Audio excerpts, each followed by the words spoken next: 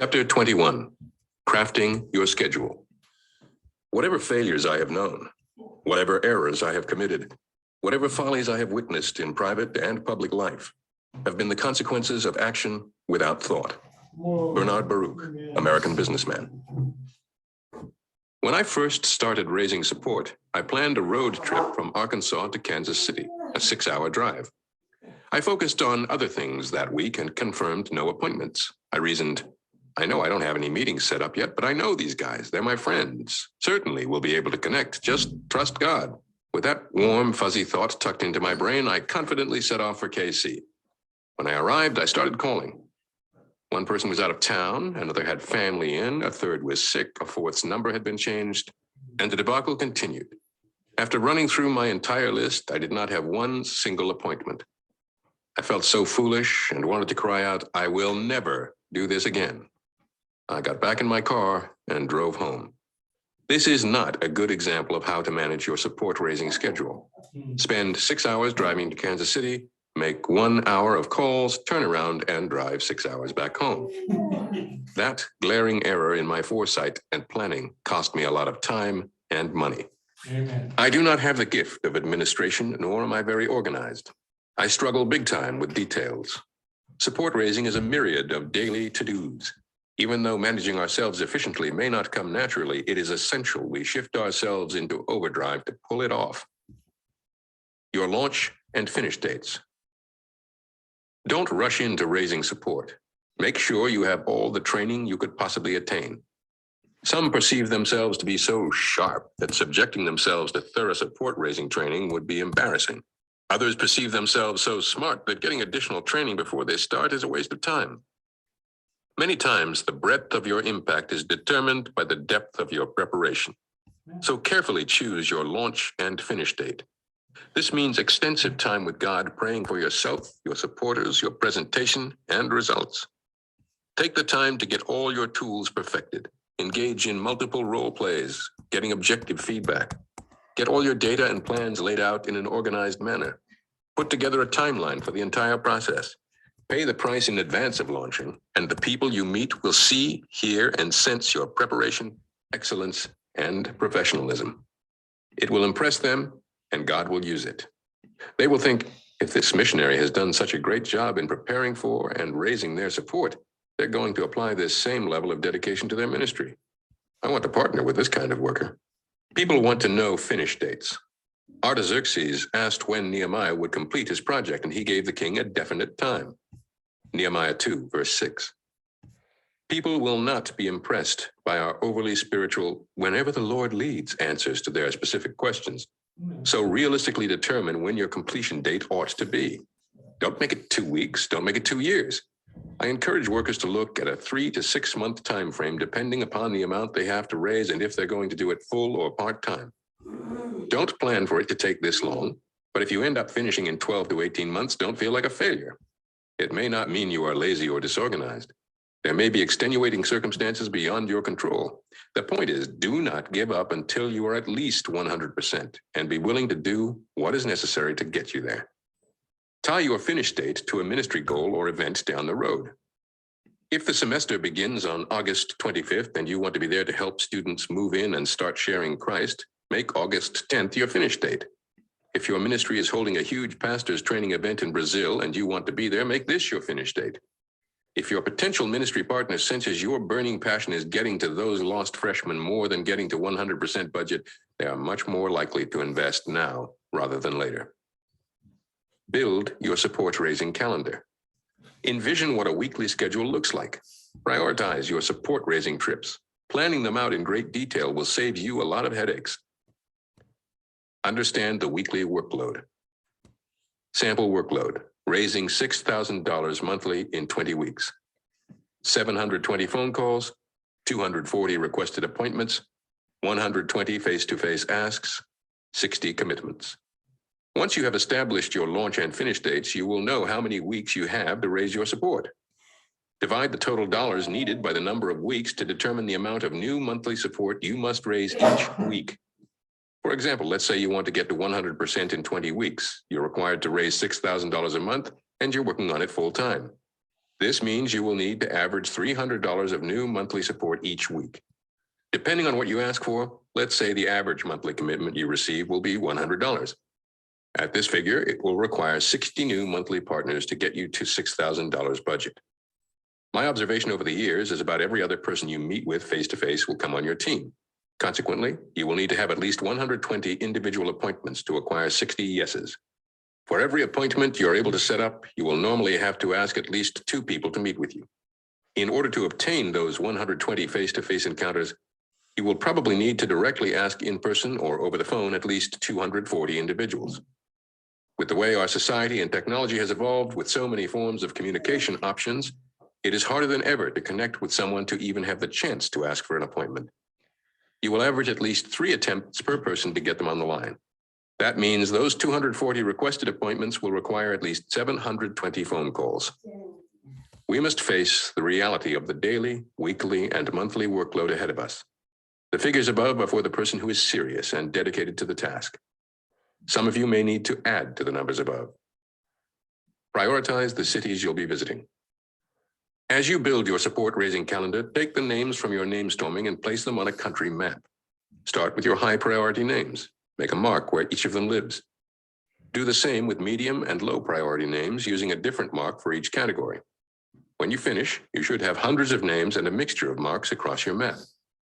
Take a pen and draw circles around the highest concentrations. Those are the cities you will visit. Which city should you visit first, second, or third? I not only look for the quantity of my contacts in a city, but also the quality. If in one city I had 30 names, but most were medium or low priority people, I would prioritize it behind a city where I had only 15 names, but most were high priority. Schedule it out by plugging in all the pertinent dates and trips. Start with your launch date and finish date. Then rotate every other week between staying in your hometown to raise support and traveling to a different city to raise support. Planning road trips.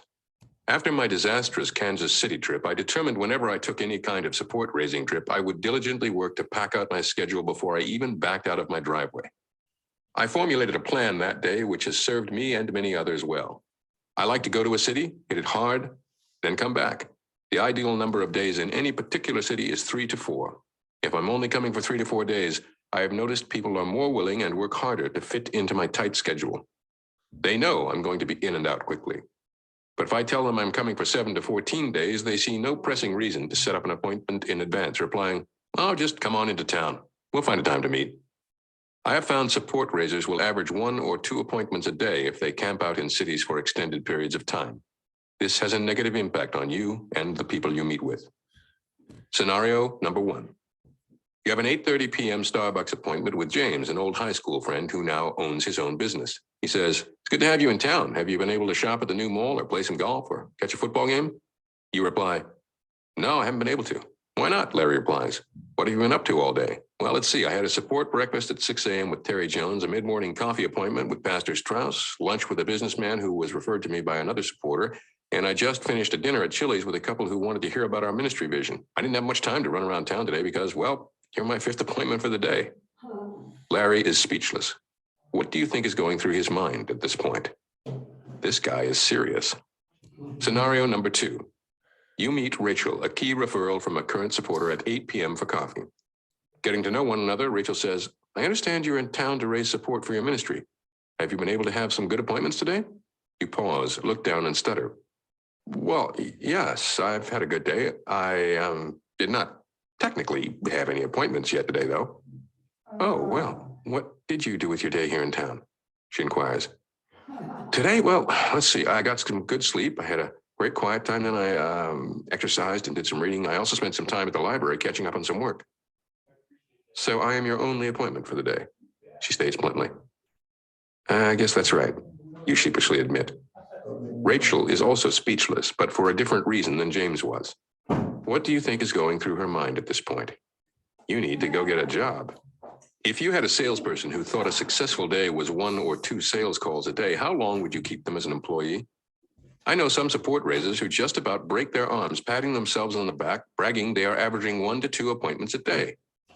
Even though I tenaciously work and pray to fill up each day of my support raising with 6 appointments, many times I have to settle for 3 to 5 meetings. Seldom do I have 6 appointments in one day, but it's not because of lack of initiative or effort. I was in Texas recently and had 14 appointments in 3 days. One of my coworkers had 16 appointments during a recent 3-day trip to Little Rock. So please don't use other people's standard as your own. Don't compare other Christian workers' menial work ethic with yours. You set the pace. Setting up meetings. When planning your trips, lay out all the names of the high, medium, and low priority people in that city. Pray for each of them, and then rank them in order of importance as to how willing and able you think each is to invest in you and your ministry. Determine which higher ranked person on your list will be the most difficult to get an appointment with based upon their busy schedule. Lock them in first. Then contact the second most difficult person to negotiate a slot on their calendar. Then the third. Build the trip schedule around those individuals. Leave your old friends who are willing to meet you anytime toward the end of your scheduling efforts. They love you enough to allow you to plug them into any opening you have. As you go down your list and call, email, or text each of them, building out your daily schedule, understand it is quite the challenge to juggle people, schedules, and travel. Be prepared for last-minute rearrangements of people and appointments every day in every city. Yes, I want to pack out every day with meetings, but I like to leave a slot or two at the end of each trip for a divine appointment. The reason? What if one afternoon I'm meeting with an old acquaintance and he gets excited and spouts, "I had no idea this is what you're doing. How long are you going to be in town? I want my business partner to hear exactly what you told me. Do you have any openings in your schedule before you leave?" Would you call that a divine appointment? Indeed. In contrast, I have actually known people who embrace the divine appointment concept all the time. In other words, they don't plan out their trips or appointments in advance. They just show up in a city and walk around for 3 days, believing God will bring along just the right persons at just the right time. Obviously, I think we should listen to the Spirit when He directs or redirects us, but I don't think the Lord is going to bless our unwillingness to work hard. We can't justify our laziness. Our conscience always tells on us. Planning and scheduling all these appointments takes a tremendous amount of time, energy, patience, and courage. No excuses allowed. Some support raisers tell me the summer is bad for getting appointments because people are vacationing. They say the fall is not good because school is starting with all kinds of activities. Of course, November and December are out because of the holidays. In fact, they can knock out the entire year if they want to. In reality, every day of the year is a great time to invite people to invest their resources to impact the world. It truly does depend on your perspective. The God. Well, you guys ready to get out there and get busy? Yes. No, We haven't done any role playing on our presentation. shut up. We will. Yep, we could even do that maybe with some of this time we have. It's only 3:30. Discipleship classes until 4 o'clock. But any questions on the scheduling chapter? I know some of this kind of misses us in terms of Driving to different it's, well, I mean, not necessarily. If you have people in another city that, there's enough of them there where it would be worth it to meet with them face to face. Yeah, because I'm from Watersville. From Waresville? Watersville. Where's that? Oklahoma. And that's not too far. 10 hours. So you think you're gonna make a trip over there? I'm just thinking about it. You gotta call them ahead of time and schedule all the appointments? Yeah, There That'd you be go. good. and, yep, I'm thinking it. All right. So I think for us, the takeaway relates to just, having a sense of intentionality and diligence about this whole thing. Praying about what time we're going to devote to meeting with supporters, what that's going to look like for our schedule. I think it's not necessarily going to affect our class schedule because we're kind of needing to accommodate, people that join us in the evening classes. But certainly for our schedule outside of class, there's going to definitely need to be some intentionality, especially those who are working. Oh my gosh. Because like with you, Brenda, you're mostly working in the evenings. Is there any possibility that you could work some lunch shifts at all? Or would you not be able to do that? They're looking for someone to go on days. What would that schedule be? I don't know, like, I think, maybe 8 or 9 till, 3 or 4. Okay. I don't know, but they'd be talking about it. One of the ladies is leaving. I would love to do days. Days would make my life easy. But, Well, I guess I'm thinking that there might be more availability to meet with people in the evenings. yeah. But I guess Well, it's I mean, not right necessary now, for sure. I'm only doing meeting twice a week, every other week. Uh-huh. So I have that availability when the day would be already open. And right now I have Mondays and Tuesdays off. Mhm. But like I said earlier, Monday, Tuesdays are almost all ministry. Mhm. So really I only have one day off. But I also, I mean, if you look at it, it's gonna pan out a little easier because I don't have to go in until 6. Some of the people that I know are actually working graveyards, so, I mean, 6 till 6 in the morning. So I could actually meet with them. I'm gonna start hitting a couple of people up after I finish the presentation. But I'm gonna start focusing more on, but, I mean, I've got some memorizing. Gotta get this done. Because we don't want to be in the appointment, looking at the paper, reading our, we gotta have it memorized, right? Yeah, I would say either memorized or internalized, and that's kind of two different things. That's where it might serve you once you manuscript it out. To familiarize yourself with that. So, you could somewhat commit it to memory, but you might want to, this kind of sounds backwards, but take it from a manuscript back to an outline.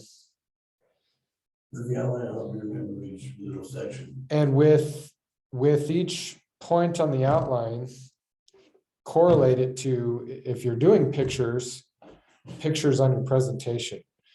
And practice with your pictures, putting into words extemporaneously, meaning you're finding the wording in the moment instead of trying to remember something that you memorized. So this is something that we can model as we practice do some practicing of our presentations. But hopefully, does that make sense what I mean? Like, so manuscripting kind of helps you to think through how you could say it, but it's not necessarily ideal to memorize your manuscript and quote it to your supporter. I'm not saying that's a bad thing. That is one way you could do it. Especially if you feel like you could quote it in a conversational tone and way of speaking. But in order to have more of a personal presentation, you might want to commit an outline to memory where each point you're in the moment, you're putting words to it, and get a comfort level with doing it that way. Does that make sense?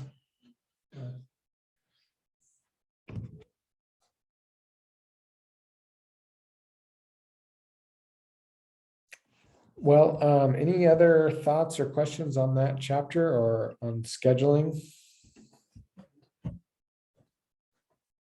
So here's what I would encourage us to do. Pray about what we feel led to commit to as far as amount of hours and the schedule that we want to commit to for our support raising. So ideally, that would be around eight hours a week.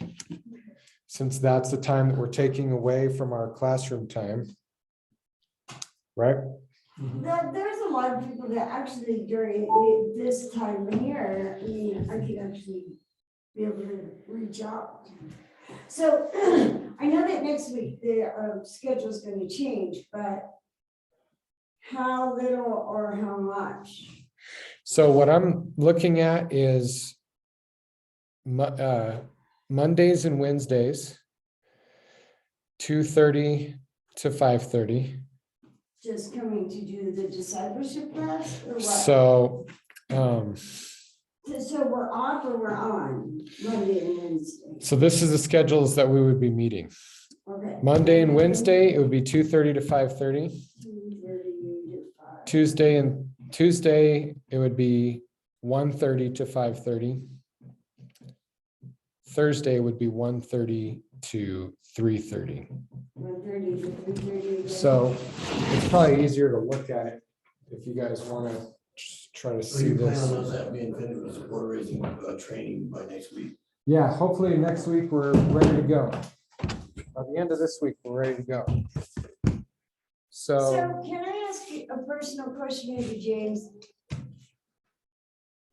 Did you support raise Tim and Matt?